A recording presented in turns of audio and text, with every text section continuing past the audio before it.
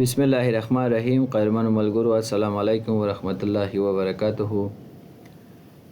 زمونږ ستاسې د نن ورځې درس د اکسل په فنکشنونو کې په ټوډی، ناو، ټوډی، منت، ایر په دغه فنکشنونو باندې دی.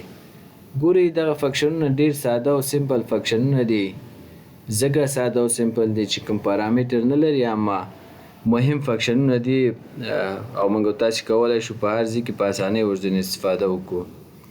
لومړی ګورئ موږ سره ناو دی. زه چې کله ایکول پلیس کړم او د هغې څخه وروسته دلته ورته ناو ولیکم او ټیپ بټن پریس کړم، نو د لیبررۍ څخه یې موږ ته د ناو فنکشن راپورته کړو. بیرته چې دی دغه قوس بندوم او بیا انټر کوم. دې موږ سره چې ده دغه کرنټ ډیټ او ټایم چې کوم یو موږ سره دلته دی دی موږ ته شو که د نو فنکشن په ترو باندې موږ تاسې کولی شو چې زمونږ په کمپیوټر کې کوم ډیټ او ټایم چې د رننګ په حالت کې وي هغه موږ تاسې ته څنګه کوي، شو کوي.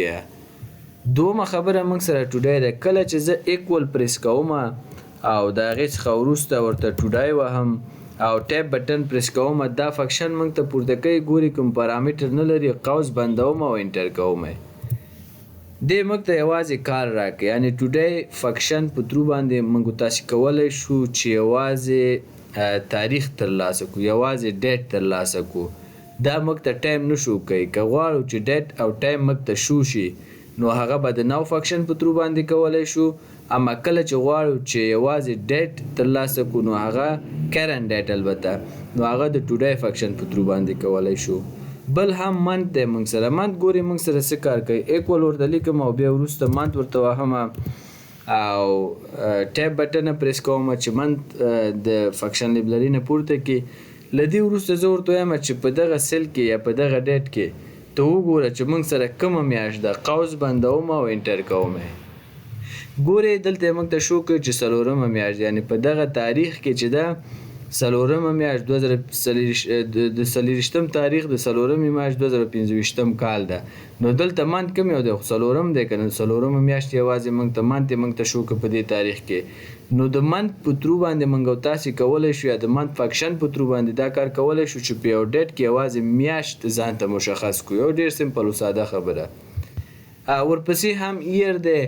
ایکول پریس کوم او بیا ورته لیکم چې ایر او له هغې وروسته ټیپ بټن پریس کوم او بیا ورته وایم چې په دغه سیل کې وګوره چې کوم ډیټ دی، په دې ډیټ کې کال کوم کال دی. قوس بندوم او بیا ورته انټر کوم.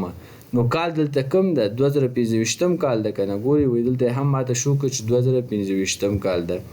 دا نو هغه فنکشنونه دي چې موږ تاسې کولی شو ځان دپاره ډیټ او ټایم مشخص کړو او شو یې کړو. او همدا ډول یوازې ډیټ که پکار نو ټوډی فنکشن په ترو کولی شو. که منت موږ تاسې ته په یو سیل کې یا په یو ډیټ کې غواړو چې منت مشخص کړو، یا موږ سره یو کالم یو په ټول کالم باندې غواړو چې دا فنکشن اپلای کړو، نو دا به موږ تاسې ته ډېر سهولت ایجادوي.